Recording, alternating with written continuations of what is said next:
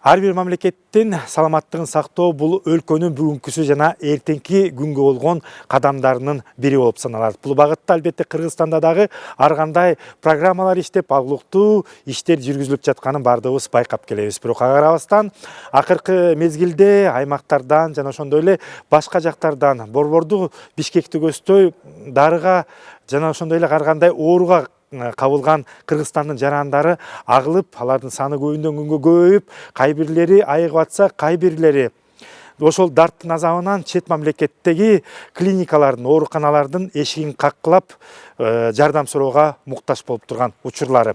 Бүгүнкү биздин программада ушул Туркиянын кыргыз элине бул саламаттык сактоо багытында жүргүзүлүп жаткан жардамдары тууралуу жана ошондой эле Туркиянын клиникаларына барып дарылануунун программалар кандай түзүлгөн, кандай шарттарда барууга болот, кимдер барса болот. Ушул багытта кенен маалымат алуу үчүн атайын Туркиянын Кыргызстандагы элчилигине кайрылдык.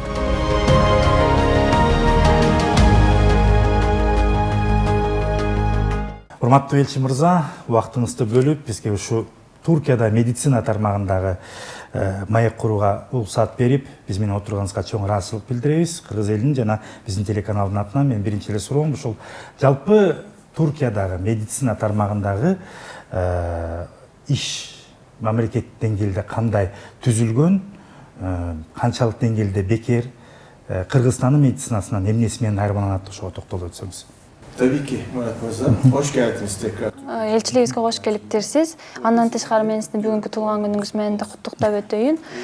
Түркиядагы саламаттык сактоо тармагын айта турган болсок, бул Түркияда саламаттык сактоо тармагы акыркы 20-30 жылдан бери абдан жакшы өнүгүп келе жатат.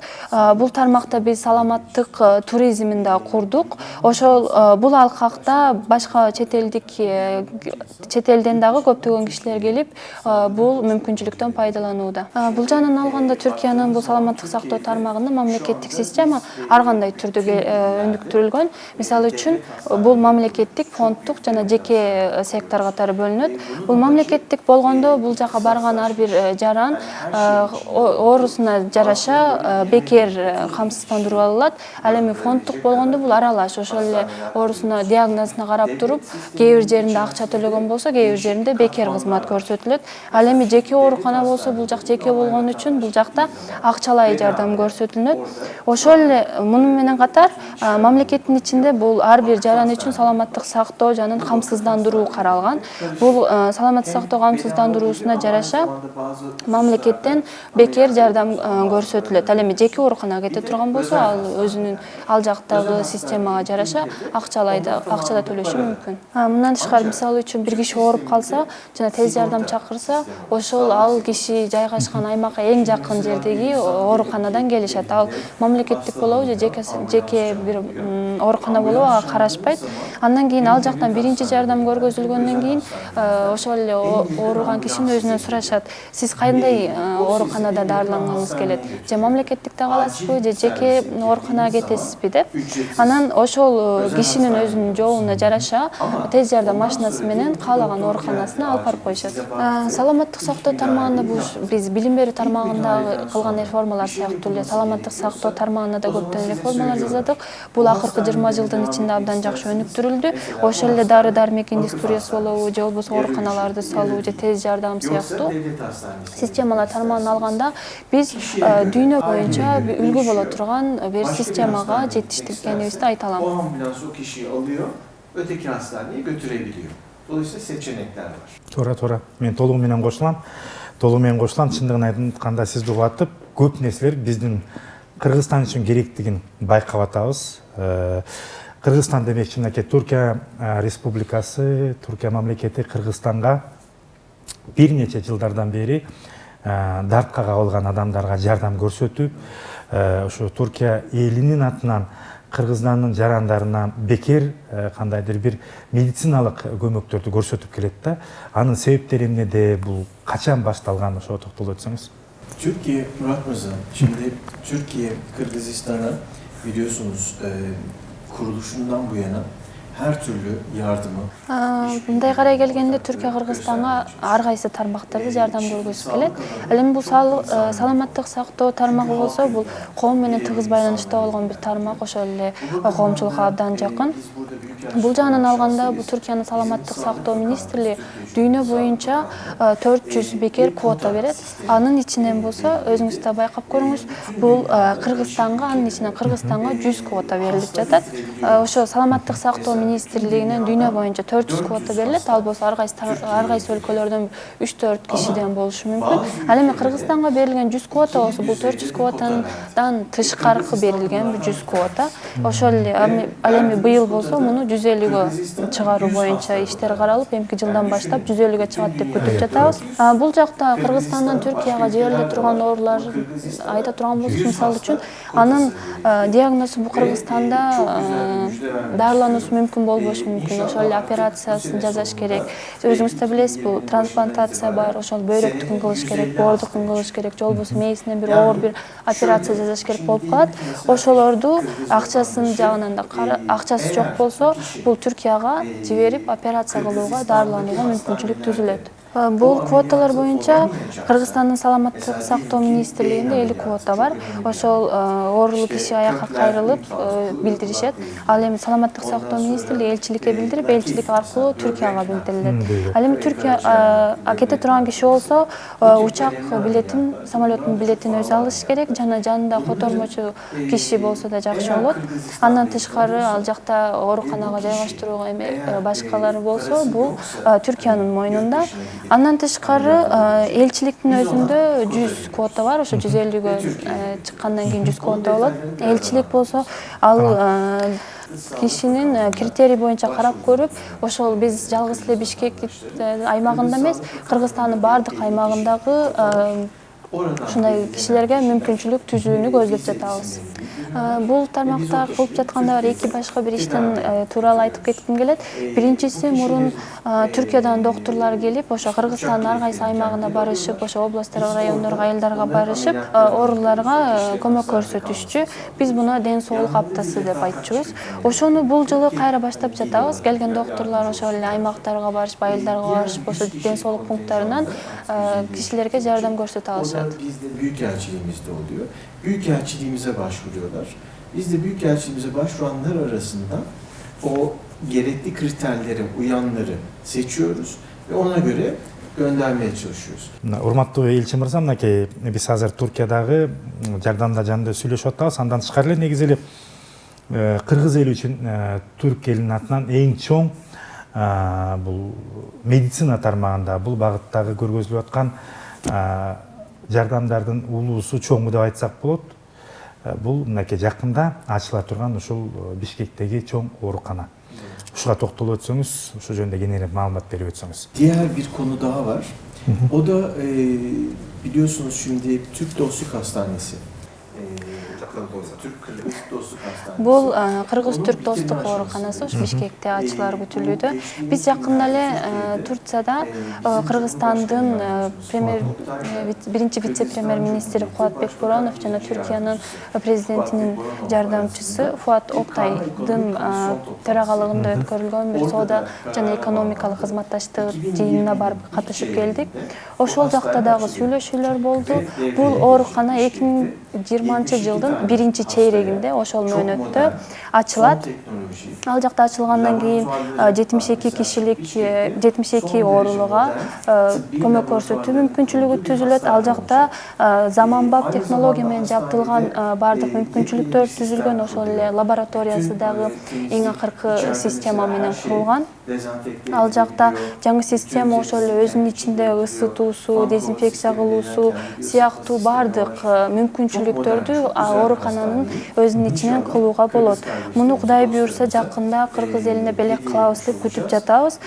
Бул оорукана эң биринчи 3 жылдыкта орток башкарылат, ошо Кыргызстан менен Түркиянын ортосунда. Андан кийинки жыл болсо Кыргызстандын жетекчилигине өткөрүлүп, Кыргызстан жетекчилик кылып баштайт. Kırgızlar yönetimi alacaklar ve Türkiye bu hastanenin işletmesinde önümüzdeki 3 sene belki 6 sene işletmesine de yardımcı olacak. ушул оорукана боюнча суроо жаралат. Айтсаңыз, кандай оору менен дартка кабылган жарандар ошол ооруканада, бейтапканада жатып дарыланууга мүмкүнчүлүктөр бар? Чектелгенби же бардык ооруларды деле карай алабы? Şimdi bu hastane herkes için bir devlet hastanesi olacak.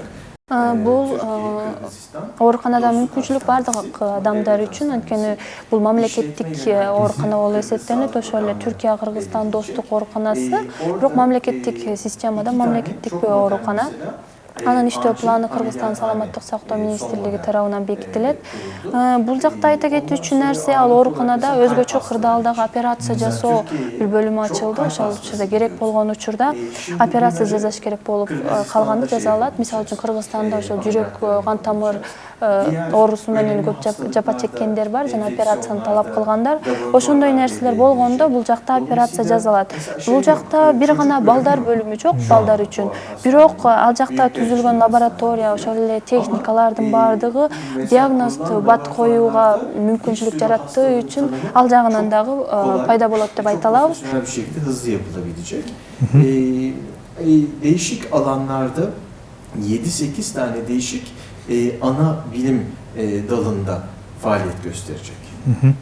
Демек, бул ооруканада Кыргызстандын жана ошондой эле Түркиядан келген дарыгерлер биргеликте иштешет экен да. Birlikte çalışacaklar. 6 sene aşağı yukarı. Ооба, оорукананы Түркия жана Кыргызстандын докторлор чогуу иштешет, чогуу башкарышат. Бул 6 жыл ошондой болот. 6 жылдан кийин анан Кыргызстанга өткөрүлүп берилет, анан Кыргызстан өзү иштетип баштайт. Kırgız doktorlar, profesörler, hemşireler, uzmanlar onlar devam ettirecek. 6 жылдын ичинде үйрөнгөнгө мүмкүнчүлүк алышат экен. Андан тышкары, чындыгын айтсак, мындай чоң оорукана, жетишкен техникалары менен медициналык тармактагы Кыргызстанга калат экен. Бул чындыгында эле азыркы мезгилде Туркияга жабыркап ооруга кабылган адамдар барбай, ушул эле оорукананын ичинен дарыланууга чоң мүмкүнчүлүктөр бар экен да. Туурабы? Акчалары эконом болот экен деген сөз да. Biz inşa etmiyoruz. Bu hastanenin aynı zamanda işletmesine de maddi katkısı var. Бул ооруканадагы ошол эле медициналык камсыздандыруудан башка дагы оорукананын иштетилүүсү үчүн да көптөгөн мүмкүнчүлүктөр түзүп жатабыз. Ошол эле бул жака келген докторлорду, мейман айымдардын бардыгы тең Түркиядан кетирилет жана айлыктардын бардыгы тең Түркия тарабынан берилет. Мындан тышкары ошол эле операцияга, ошол эле дарыланууга кеткен каражаттардын бардыгы тең Түркия тарабынан камсыздалат. Мындан тышкары ошол Кыргызстандагы бул медицина тармагындагы адистерге, докторлорго билим берүү жагы да каралган. Бул Түркияга алып баргандай курстардан өтүп келишет. Бул жагынан алганда да жакшы бир нерсе. Үчүнчүсү болсо, Кыргызстандын жарандары ошол эле биздин квотанын алкагында кетип жатышат, же болбосо өздөрү дагы кетип Түркиядан дарыланып жатышат. Бул оорукана ачылгандан кийин ал мүмкүнчүлүктү ооруканадан ала алышат. Kırgızistan'da kalacaklar. Kendilerine çok daha az masraflı devlet hastanesinde ameliyat olma fırsatı çıkacak. Дагы бир нерсени белгилеп кетким келет. Ошол эле саламаттык сактоо министрлиги менен ТИКА бар. Ошолор менен биргеликте бул Кыргызстандын ар кайсы аймактарындагы ооруканаларды оңдоп түзөө жана поликлиникаларды куруу боюнча да иштер аткарылып жатат. Ошол аймактарды өнүктүрүү боюнча. Мисалы үчүн жакында эле ТИКА тарабынан Нарында бир поликлиника ачылды жана Баткендеги жугуштуу оорулар ооруканасынын оңдоп түзөө иштери аткарылып жатат. Нарындагы поликлиника курулуп жатат, ал эми ат башыда болсо бир поликлиника ачылды. Мындан тышкары башка аймактарда да ошол эле Жалал Абадта, Таласта ушундай поликлиникаларды куруу, башка ооруканаларды оңдоп түзөө сыяктуу иштер аткарылып жатат. Белгилеп кетчү дагы бир жакта ошол эле биякта иштеген дипломаттардын жубайлары, менин жубайым башында болуп, бул жакта ар кандай жардамдарды көрсөтүп келишет. Ошол алкакта бир нерсени байкады, анткени бул жакта аялдар арасында эмчек рагы абдан өнүгүп жатыптыр. Буну жардам берүү максатында азыр бир маммографиялык мобилдик техниканы алып келүүнү көздөп жатышат. Буну алып келиш үчүн аз акча топтоп жатышат. Аны алып келгенден кийин азыр бул Кыргызстандын бардык аймактарында эле бул техника жок, бар болгон аймактарда аз болушу мүмкүн. Ошол бул техниканы алып бир мисалы үчүн бир областка барышат, жана ал областка барып айылдарды кыдырышат, региондорду кыдырышып, эгер ошол жок болсо бул оору менен жапа чеккендер барбы жокпу ошонун диагнозун билүү максатында ал жакта бир 6 айлык мөөнөттө калып муну ушул боюнча иш алып барышат.